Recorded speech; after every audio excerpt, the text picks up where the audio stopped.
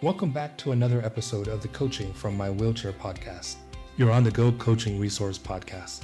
I'm your host, Coach Jay, and I'm thrilled to have you join me today for a conversation that's going to really hit home for anyone looking to improve their relationships, careers, and overall happiness. Today's episode is all about emotional intelligence, also known as EQ, and trust me, this is one of the most important topics you'll ever come across, whether you're at work, at home, or somewhere in between. You see, emotional intelligence is something that can make or break your relationships, impact your career, and even in some cases affect your health. But the best part is, it's a skill you can improve with practice. So, in this episode, we are going to discuss what is emotional intelligence, why it matters so much, how you can start boosting your EQ right now, and how can emotional intelligence be applied in your personal and professional life. By the end of this episode, you'll not only understand the key components of emotional intelligence, but also have some practical tips you can start using today. All right? Enough of the intro. Let's get into it. Okay, so first things first. What exactly is emotional intelligence? Emotional intelligence is your ability to recognize, understand, and manage your own emotions, as well as the emotions of others. It's about being aware of how you feel, why you feel that way, and how those feelings influence your actions. But it's not just about you. It's also about understanding the emotions of the people around you and knowing how to respond appropriately. It's a two-way street, being in tune with what's going on inside you and what's happening in those around you. Let's break it down. Intelligence can be split into 5 main components. And no, you don't need to take notes. Just let it soak in for now. Let's start with self-awareness. We talked about this in our first episode. So self-awareness and emotional intelligence kind of go hand in hand here. As we recall, self-awareness is about knowing your own emotions, what triggers them, and how they affect you and others. For example, when you're stressed, do you realize it's affecting how you interact with others? Maybe you notice that your heart races, your thoughts get scattered, or you become short-tempered. Being self-aware means you can identify these feelings in real time and understand how they influence your behavior. Next, self-regulation or self-management. This is where you control or redirect impulsive feelings and behaviors. Take a deep breath before you act and think before you speak. Can you keep your cool when things go wrong, or do you let your emotions take over?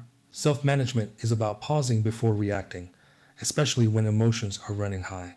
For instance, if you're frustrated, can you take a breath and think before saying something you might regret?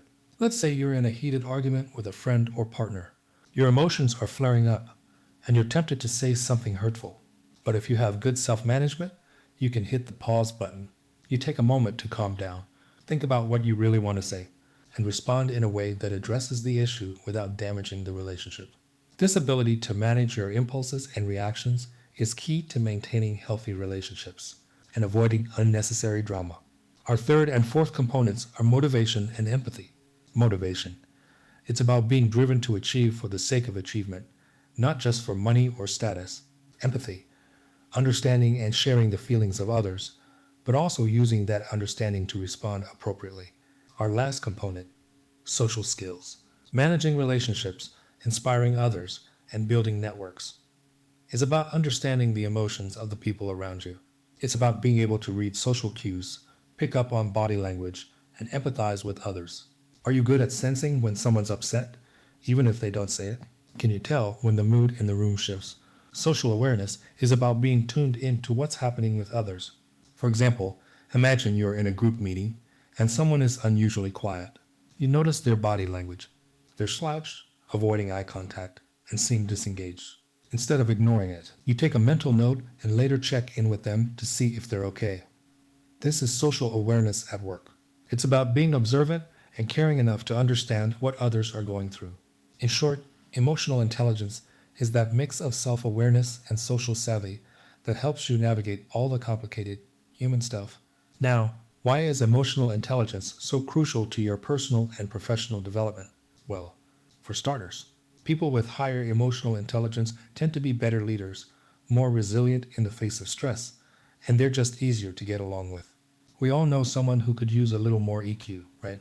Just think of that person, who has the people skills of a potato. Is it potato? Potato.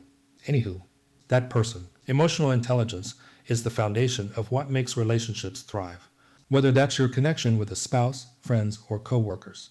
You can be the most technically skilled person in the room, but if you can't manage your emotions, recognize when others are struggling, or communicate effectively, your career and your relationships are going to hit some serious roadblocks. But here's what having high emotional intelligence can do for you. 1. Improve communication. You can express your thoughts and feelings clearly and understand others' emotions better. This leads to stronger connections and fewer misunderstandings. In any situation, whether it's a heated debate, a team project, or a personal conversation, being able to communicate effectively is key to success. 2. Better relationships. High EQ helps you build and maintain meaningful relationships. You're more empathetic, better at resolving conflicts, and more in tune with others' needs. Whether it's with friends, family, or colleagues, having strong relationships enriches your life and opens doors to new opportunities. 3. Enhance decision making. Emotions influence our decisions more than we realize. By understanding and managing them, you make better, more informed choices.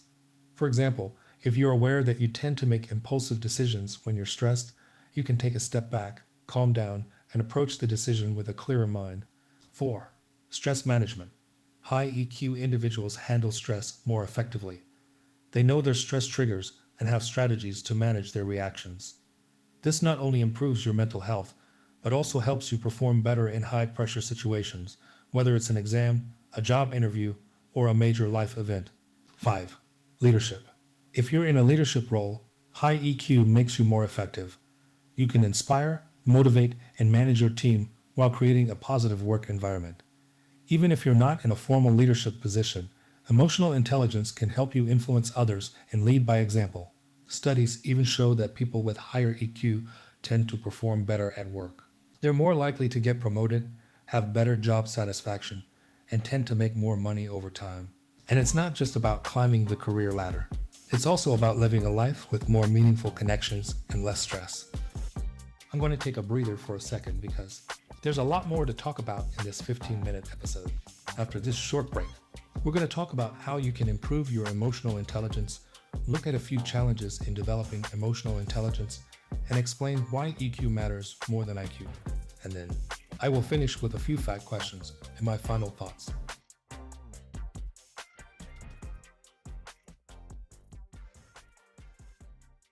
All right, now here's the million-dollar question. How can you improve your emotional intelligence? You don't need to be born with it. EQ is like a muscle, and the more you work it, the stronger it gets. But here are a few simple, practical tips to boost your EQ daily. 1. Practice self-awareness. Start by checking in with yourself throughout the day. Ask yourself, how am I feeling right now and why? It sounds basic, but we often go through the day without noticing how our emotions are driving our actions. Awareness is step 1. 2. Control your reactions. Remember when we talked about self-regulation? Next time something stresses you out, breathe. Count to 5. Whatever it takes to calm you down. This one is especially needed when you're dealing with difficult people, which, let's be real, it's like Monday mornings before you have your coffee, right? 3. Cultivate empathy. Pay more attention to the people around you. Notice their body language, tone of voice, and expressions. The goal isn't just to listen to their words, but to understand the emotion behind them. When you respond with empathy, you build stronger relationships, and who couldn't use that? 4. Improve your social skills. This might sound a bit fluffy, but it's about learning how to communicate more effectively. Practice active listening. Really hear what others are saying before jumping in with your response. Also, make a point of giving positive feedback. People love to feel appreciated. 5. Motivate yourself. Set personal goals that are aligned with your values, not just for external rewards. When your motivation comes from within, you're more likely to persevere through challenges with a positive attitude. A little practice every day goes a long way. Soon enough, you'll notice you're more centered, more mindful, and honestly, a better version of yourself. Although emotional intelligence is incredibly beneficial, developing it can be challenging. Here are some common obstacles and how to overcome them. 1. Lack of awareness. Some people may not realize the importance of EQ or their need to develop it. Overcome this by educating yourself and others about the benefits of EQ. The more you learn about emotional intelligence, the more you'll see its value in your daily life. 2. Difficulty in managing emotions. it can be tough to manage strong emotions like anger or sadness. Practice mindfulness and self-regulation techniques to improve your emotional management skills. Remember, it's okay to feel strong emotions, but how you respond to them is what matters most. 3. Resistance to change. Developing EQ requires change, which can be uncomfortable. Embrace a growth mindset and be open to learning and self-improvement. Change is a natural part of growth, and the more you practice, the easier it becomes. 4. Negative environment.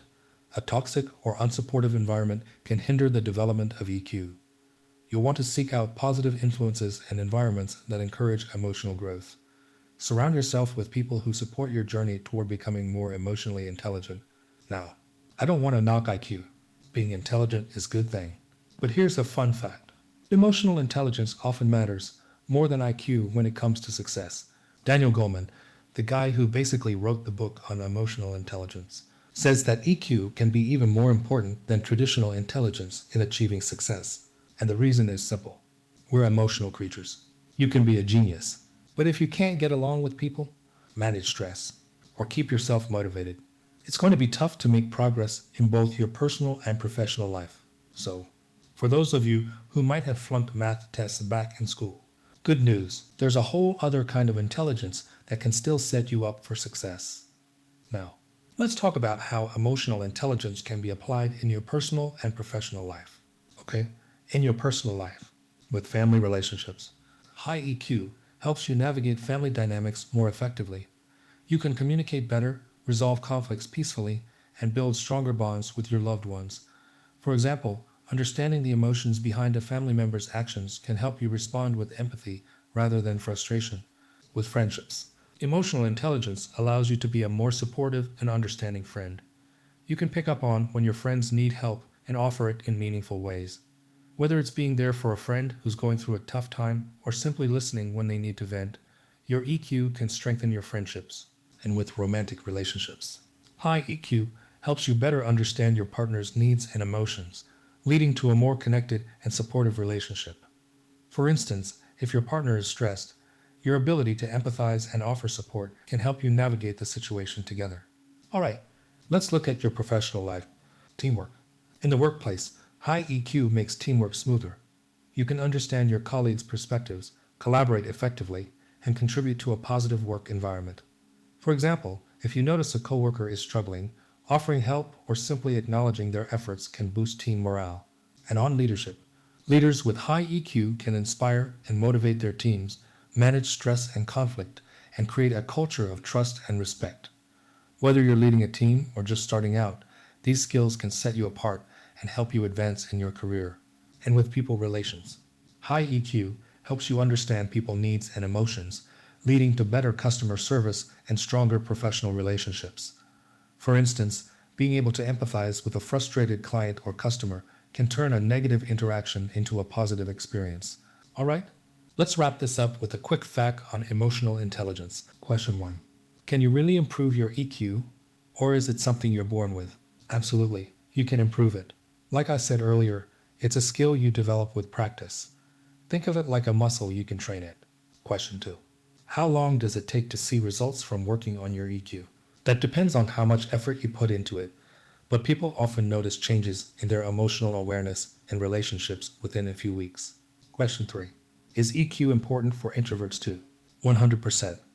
Whether you're introverted or extroverted, emotional intelligence plays a key role in understanding yourself and others. Folks, that's a wrap on today's episode. I hope you've learned something valuable about emotional intelligence and feel inspired to practice and improve your EQ starting today. Emotional intelligence is a powerful tool that can transform both your personal and professional life. By understanding and developing this skill, you can improve your ability to communicate, build stronger relationships, make better decisions, and handle stress more effectively. So be patient with yourself and enjoy the process. If you enjoyed this episode, look for future episodes available on Thursdays and wherever you get your podcasts, where we will continue exploring topics that will help you grow personally and professionally. Don't forget to share this episode with someone who could benefit from it, especially if they're passionate about self-help and personal growth. You can also buy a copy of Coach Jay's book, Coaching from My Wheelchair: Tips, Tidbits, Tools, and Strategies for Improving Your Personal and Professional Self-Development, available on Amazon and Barnes & Noble. You can also connect with him on social media on Instagram, TWCCSLLC, and you can also find him on Facebook, LinkedIn, through his website at therightcoachingservices.com/podcasts. Thanks for tuning in, and remember to stay educated, stay informed, and learn something new. Until next time, this is Coach Jay.